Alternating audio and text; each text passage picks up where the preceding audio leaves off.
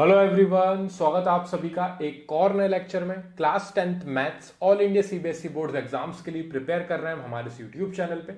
Unit wise सभी exercises के questions plus example समझाता हूं मैं यहाँ पे। हमारी करंट यूनिट चल रही है अर्थमेटिक प्रोग्रेशन एपी और उसकी एक्सरसाइज 5.3 के क्वेश्चन नंबर 3 पे हम आ चुके हैं। क्वेश्चन नंबर 2 तक मैं प्रीवियस वीडियो में समझा चुका था। क्वेश्चन नंबर 3 में हमारे पास टोटल 10 पार्ट्स हैं, जिसमें से 2 पार्ट हम इस वीडियो में समझने वाले हैं। दो दो करके मैं अपलोड कर रहा हूं इन पार्ट्स को इन वीडियोस में, क्योंकि यहां पे बहुत सारे क्वेश्चंस हो जाते हैं और लेंदी हो जाती है हमारी वीडियो, इसलिए हम दो दो पार्ट्स लेंगे हर वीडियो में। हमारी एपी में इन एन एपी हमें इस बार एपी गिवन नहीं दी है, क्वेश्चन में चीजें गिवन दे दी उन्होंने कि फर्स्ट टर्म दे दिया उन्होंने, कॉमन डिफरेंस दे दिया उन्होंने, nth टर्म दे दिया an is equal to 50। Find करने को क्या बोल दिया उन्होंने, n और sn, यानी कि नंबर ऑफ टर्म्स फाइंड करने हैं और सम फाइंड करना है। और सेकंड क्वेश्चन में आपको बोला गया है कि गिवन आपको दिया है ए फर्स्ट टर्म 7, 13th टर्म बताया आपको उन्होंने ए 13 जिसकी वैल्यू है 35। फाइंड करना है कॉमन डिफरेंस और सम ऑफ 13 टर्म्स यानी कि S13।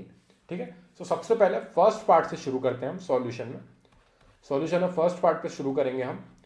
यहां पे हमें गिवन दे रखा है फर्स्ट टर्म है हमारा 5, कॉमन डिफरेंस है हमारा 3। एक बार हम नीचे नोट डाउन कर लेते हैं। nth टर्म हमें गिवन दे रखा है an है हमारे पास 50। हमें फाइंड करके लाना है, एक तो n की वैल्यू फाइंड करनी है और Sn यानी कि सम ऑफ n टर्म्स फाइंड करना है। तो जैसे ही हमारे पास n आ जाएगा तो हम सम के फॉर्मूले में उन वैल्यूज को ले जाके रख देंगे। सबसे पहले nth टर्म का हमें एक फॉर्मूला पता है जो हमने एक्सरसाइज 5.2 में पढ़ा था, an is equal to a plus n minus 1 into में d। ये फॉर्मूला किस तरीके से जनरेट हुआ है, ये ड्राइव किस तरीके से हुआ है, वो भी मैं आपको एक्सप्लेन कर चुका हूं। यहां पे मैं इसको प्रूफ करके बता चुका हूं कि an की value a plus n minus 1 into d के इक्वल क्यों होती है। तो आप चाहो तो प्रीवियस वीडियो में जाके देख सकते हो। अभी यहां पे हम इन वैल्यूज को पुट करेंगे यहां पे डायरेक्टली। a हमारे पास 5 है जो यहां पे आएगा, d हमारे पास 3 है जो d की जगह पे जाएगा, an की वैल्यू 50 है, an की जगह पे हम 50 रखेंगे तो हमारे पास जो अननोन है n वो हम फाइंड कर लेंगे, तो n की वैल्यू हमें मिल जाएगी। यहां पे हम वैल्यूज सब्स्टिट्यूट करते हैं। an की जगह पे आया हमारा 50 इज इक्वल टू a की जगह पे आएगा हमारा 5 प्लस n माइनस 1, क्योंकि n हमें फाइंड करना है तो वो अननोन है, इनटू में d है हमारा प्लस का 3। ठीक है, अब यहां पे सबसे पहले ये 5 उस साइड जाके सब्ट्रैक्ट होगा। 50 में से ये 5 होगा यहां पे subtract is equal to n minus 1 और मल्टीप्लाई में 3 आपका सेम इस तरीके से लिख दोगे आप। जो चीज यहां पे प्लस में थी उस साइड जाके वो माइनस में हुई, यानी कि 50 में से 5 आपके सब्ट्रैक्ट हुए। 45 आपकी वैल्यू बचेगी। 45 is equal to n minus 1 into में 3। अब यहां पे ब्रैकेट को आप यहां पे कुछ छेड़छाड़ नहीं कर सकते, तो सबसे पहले ये मल्टीप्लाई में जो 3 है इसको उस साइड हम ले जाएंगे, वहां जाके ये डिवाइड में जाएगा, तो 45 के नीचे आ गया अपॉन में 3 is equal to n minus 1। और अब ये n माइनस 1 हमारा अकेला बचा है, कुछ मल्टीप्लाई में नहीं है कुछ प्लस में नहीं है, तो हम इसको n माइनस 1 ब्रैकेट के हटा के लिख सकते हैं। 3 से हमारा 45 कैंसिल आउट हो जाएगा, 15 टाइम्स यहाँ पे हमारा कैंसिल आउट होगा। n minus 1 is equal to 15 आया है तो ये माइनस 1 और उस साइड लेके जाएंगे। वहां जाके 15 के पास ये हो जाएगा माइनस 1 प्लस का 1 इज इक्वल टू n। अब यहाँ पे हमारा n जो है वो हमारे पास रिमेनिंग बचा है, ये 1 और उधर जाके ऐड हो गया है। हमारे नंबर ऑफ टर्म्स आ चुके हैं 16। हमारे पास टोटल 16 टर्म्स हैं इस एपी में, जो हमें फाइंड करके लाना था कि हमें n की वैल्यू फाइंड करनी है, वो आ गई है हमारी टोटल 16। अब यहां पे एक और चीज उन्होंने क्या पूछी है, उन्होंने पूछी है हमें सम फाइंड करने को बोला है, Sn फाइंड करना है।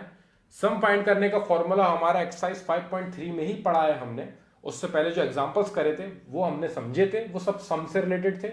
और प्लस मैं आपको सम का फॉर्मूला ड्राइव करना बता चुका हूं, जो फॉर्मूला हमारा होता है n अपॉन 2 ब्रैकेट में 2a plus n minus 1 into में d, इंटू में रहता है हमारा कॉमन डिफरेंस। अब यहां पे ये फॉर्मूला किस तरीके से जनरेट हुआ है, सेम जैसे मैंने इसको ड्राइव करना बताया था, सेम मैंने इसको भी एक्सप्लेन किया है, जो कि बहुत लेंथी है और आपको वहां पे ड्राइव करने के लिए नहीं बोलेंगे, वो प्रूफ करने के लिए नहीं पूछेंगे, तो आपको बस इसे मेमोराइज करना है। लेकिन वो जनरेट किस तरीके से हुआ है वो मैंने आपको एक्सप्लेन किया था, ताकि किसी को डाउट ना रहे कि ये फॉर्मूला बना कैसे है। सेम ये वाला फॉर्मूला कैसे बना है वो भी बहुत ईजी है, तो आप जाके एक बार चेक कर सकते हो। वैसे आपको सिर्फ मेमोराइज करना है और इसमें वैल्यूज ला के सब्सटीट्यूट करनी है। यहाँ पे n की जगह पे हमारा 16 आएगा, क्योंकि सम ऑफ 16 टर्म्स पूछा गया है। क्योंकि देखिए n आपके पास 16 आ गया है और आपसे Sn फाइंड करने को बोला है। सो n की जगह पे 16 आ जाएगी हमारी वैल्यू, यहां पे भी n की जगह पे 16 आएगी, 16/2 ब्रैकेट में 2 इंटू a की जगह पे आपका वही same first term 5 plus n-1 यानी कि 16-1 इंटू में d है आपका प्लस का 3। ये सारी वैल्यूज a d और an का हमारा यहाँ पे यूज नहीं होना है, इसलिए हमने यहाँ पे ये 50 नहीं लिखा, यहाँ पे कहीं पे भी an का यूज नहीं था। a d और n की जगह पे वैल्यूज लाके रखनी थी, तो हमारे पास 5, 16 और 3, ये 16 हमने फाइंड किया है जिसके लिए हमने ये पूरा प्रोसेस यहाँ पे करा था। बाकी सारी वैल्यूज हमारे पास पहले से अवेलेबल थी। सो यहाँ पे आप कैंसिल आउट करेंगे, ये 2 से 16 कैंसिल आउट हो रहा है 8 टाइम्स। सो हमारी S16 की वैल्यू आ रही है 8 इंटू ब्रैकेट में हमारा है 2 का 5 में मल्टीप्लाई 10 हो गई ये वैल्यू, प्लस 16 में से 1 सब्ट्रैक्ट हुआ तो 15 आएगी वैल्यू, मल्टीप्लाई बाय 3, ये हमारा ब्रैकेट हुआ क्लोज। ठीक है, अब यहाँ पे 15 का 3 में मल्टीप्लाई होगा, उसके बाद हम उसको 10 में करेंगे add. So S16 sum of 16 terms is equal to 8 into multiply में आपका ब्रैकेट में है 10 प्लस 15 3 ज़ा 45। सो यहाँ पे 45 आई वैल्यू, जिसको 10 में ऐड करेंगे तो 55 आ जाएगी वैल्यू, यानी कि सम ऑफ 16 टर्म्स आपका आएगा 8 मल्टीप्लाई बाय 10 और 45 ऐड होके आपके हो जाएंगे 55, और 55 का 8 में मल्टीप्लाई करना है, 8 5 ज़ा 40, 0 4 कैरी ओवर, 8 5 ज़ा 40 और 440 आ जाएगा आपका सम ऑफ 16 टर्म्स। यानी कि आपसे सम पूछा गया था, सम की वैल्यू आपकी आ रही है 440 और आपसे नंबर ऑफ टर्म्स पूछे गए थे वो आ रहे हैं आपके 16। सो पहले आपको number of terms he find करने पड़ेंगे, क्योंकि अगर आपके पास n16 अवेलेबल नहीं है तो आप यहां पे n की वैल्यू सब्स्टिट्यूट नहीं कर सकते 16, तो फिर आप ये सम फाइंड नहीं कर पाओगे। सो ये 440 लाने के लिए हमें सबसे पहले ये पूरी n की वैल्यू फाइंड करने का प्रोसेस यूज करना पड़ा, उसके बाद ही जाके हम S16 निकाल पाए हैं सम ऑफ 16 टर्म्स, जो कि हमारा आया है 440 डायरेक्टली। ठीक है, आई होप ये वाला पार्ट आपका क्लियर होगा। मैं यहाँ पे एक लाइन ड्रॉ कर देता हूँ जिससे यहाँ पे आपका ये सॉल्यूशन होता है कंप्लीट फर्स्ट पार्ट का, ये आपको यहाँ पे कंफ्यूजन नहीं होगा। ठीक है, मल्टीप्लिकेशन बहुत इजी है, साइड में ले जाके आप कर सकते हो। 8 5 ज़ा 40, 4 कैरी ओवर गया, 8 5 ज़ा 40 और 4 44, 440 आ जाएगा हमारा सम ऑफ 16 टर्म्स। ठीक है, अब यहाँ पे नेक्स्ट क्वेश्चन में बढ़ते हैं। सेकंड वाला पार्ट है हमारा, गिवन दे रखा है A7, तो हम चीजों को नीचे ले जाकर लिख लेते हैं ताकि हमें बार बार ऊपर ना आना पड़े। सो यहाँ पे सेकंड पार्ट हम सॉल्व करेंगे, जिसमें A हमें गिवन दे रखा है 7, एक बार और क्रॉस चेक कर लेते हैं। A हमें 7 गिवन दिया है, A13 की वैल्यू गिवन है, पहले हमें AN गिवन दिया था यहाँ पे 50, तो यहाँ पे A13 दिया, यानी कि 13th टर्म प्रोवाइड किया हमें 35। सो A13 की value A13 is equal to 35। उसके बाद हमें और क्या गिवन दिया यहाँ पे, और कुछ भी गिवन नहीं है, फाइंड करने को बोल दिया उन्होंने कॉमन डिफरेंस और सम ऑफ 13 टर्म्स, यानी कि हमें D फाइंड करके लाना है और हमें लाना है फाइंड करके सम ऑफ 13 टर्म्स। सो यहाँ पे उन्होंने हमसे नंबर ऑफ टर्म्स नहीं पूछे हैं, तो वो हमारे लिए बहुत ईजी हो गया, क्योंकि हमें सम डायरेक्टली 13 टर्म्स का बताना है, तो उन्होंने खुद ने बोल दिया कि आपको N13 लेना पड़ेगा। ठीक है, और आपको A13 की वैल्यू गिवन दे रखी है, और हमारा जो AN का फॉर्मूला होता है, जो सेम फॉर्मूला हमने ऊपर यूज किया था, A प्लस N-1 इंटू में D।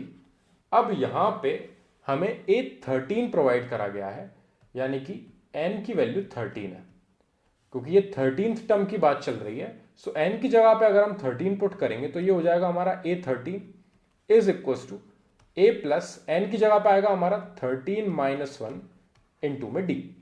So A13 is equal to A plus 13 में आपका 1 सब्ट्रैक्ट होगा, यानी कि 12 इंटू D। 13th टर्म को हम डायरेक्टली A प्लस 12D ही लिखते हैं, ये मैंने शॉर्टकट तरीका आपको बताया था किस तरीके से आप A13 को directly A plus 12D use करोगे, क्योंकि जब आप फॉर्मूले में वैल्यू पुट करते हो N की जगह पे 13, तो आपको A प्लस 12D मिलता है डायरेक्टली, तो इसलिए आप इस स्टेप से शुरू करोगे तब भी आपको पूरे नंबर मिलेंगे। सो आप A13 को A प्लस 12D कंसिडर कर सकते हो डायरेक्टली। अगर आप चाहो तो वही AN के फॉर्मूले में N की जगह पे 13 पुट करना, तो आपको सेम चीज मिलेगी। अब यहाँ पे हमें वैल्यू सब्स्टिट्यूट करनी है। A13 की वैल्यू हमें 35 गिवन दे रखी है, सो यहाँ पे 35 आ जाएगी value, is equal to A की जगह पे 7 आएगा, A आपको 7 प्रोवाइड किया उन्होंने, इंटू 12 इंटू D, क्योंकि D आपको फाइंड करके लाना है इसलिए वो अननोन रहेगा। इसको सिंप्लीफाई करेंगे, 7 उधर जाके होगा सब्ट्रैक्ट, 35 में वहां जाएगा 7 जो यहाँ पे प्लस में था उधर जाके minus, is equal to 12d।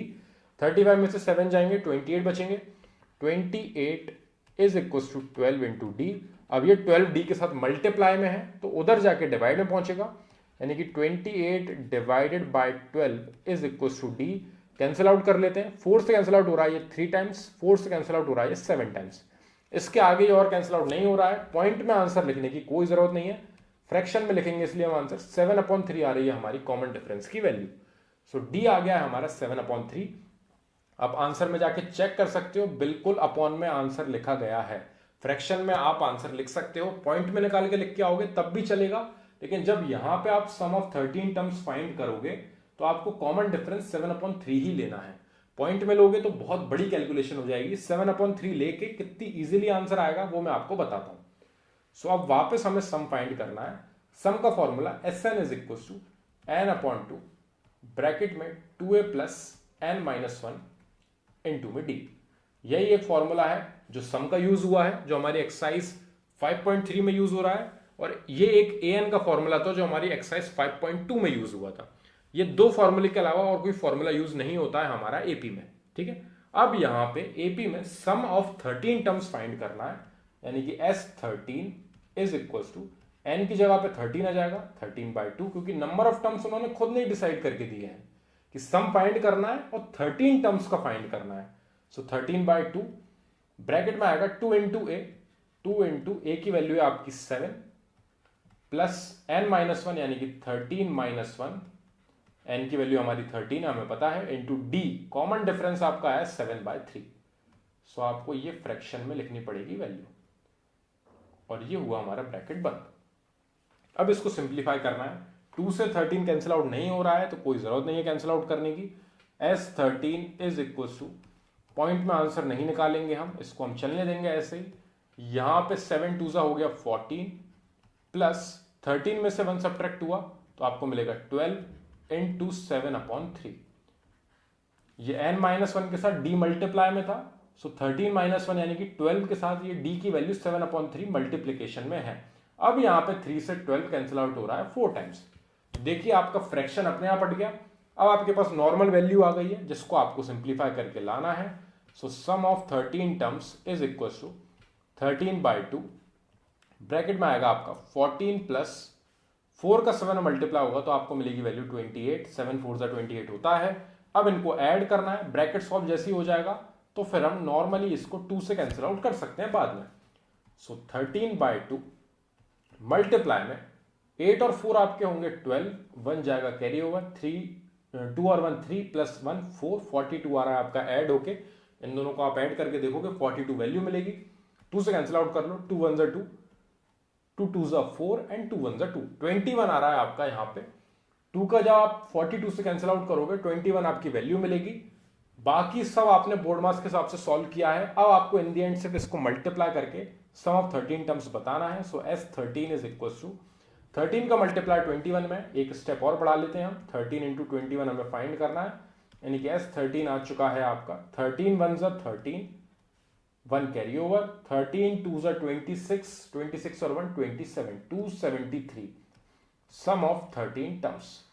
आप चाहो तो इस तरीके से 21 का 13 में मल्टीप्लीकेशन कर लेना, 3 1 3, 3 2 6, फिर यहाँ पे होगा ये, फिर 1 1 1, 1 2 2, यहाँ पे आएगा 3, यहाँ पे आएगा 7, यहाँ पे आएगा 2, 273 मल्टीप्लाई करके। और अगर आप चाहो तो 13 1 13, 3 और 1 कैरी ओवर, 13 2 26 और कैरी ओवर को ऐड किया तो 27। तो डायरेक्टली इस तरीके से मल्टीप्लाई कर सकते हो अगर आपको ये इजी लगता हो। डी आपको फाइंड करना था जो आपका आ गया था 7/3, फ्रैक्शन में बिल्कुल आ सकता है, पॉइंट में भी लिख सकते हो। पॉइंट में आप सिर्फ तभी लिखना जब आपको सिर्फ डी फाइंड करना हो। अब डी के बाद अगर आपको सम ऑफ 13 टर्म्स उन्होंने ऐसा पूछ लिया तो इसका इस्तेमाल फिर आप डायरेक्टली इस तरीके से फ्रैक्शन में कर सकते हो। सो आई होप ये दोनों पार्ट आपके क्लियर होंगे। ये हुआ हमारा यहाँ पे कंप्लीट। आई होप ये दोनों पार्ट आपको समझ में आएंगे। 273 आ गया हमारा यहाँ पे वैल्यू 273, ये और हमने यहाँ पे लिख दिया। तो यहाँ पे हमसे common difference of sum of 13 terms पूछा था सेकंड वाले पार्ट में, जो हमने फाइंड कर दिया। फर्स्ट में हमसे नंबर ऑफ टर्म्स n पूछा था जो कि हमारे 16 आए थे, और सम पूछा था तो सम आया था हमारा 440। सो आई होप आपको ये दोनों पार्ट क्लियर होंगे। थर्ड पार्ट और फोर्थ पार्ट हम नेक्स्ट वीडियो में सॉल्व करेंगे। तो कोई भी डाउट अगर इस चीज़ में मिले आपको या फिर कुछ भी लगे इन दोनों क्वेश्चंस में तो मेरे को कमेंट सेक्शन में ज़रूर बताना, ताकि मैं उसको पहले सॉल्व करूं और फिर हम नेक्स्ट क्वेश्चन पे बढ़ सकें। Thank you very much for watching this video.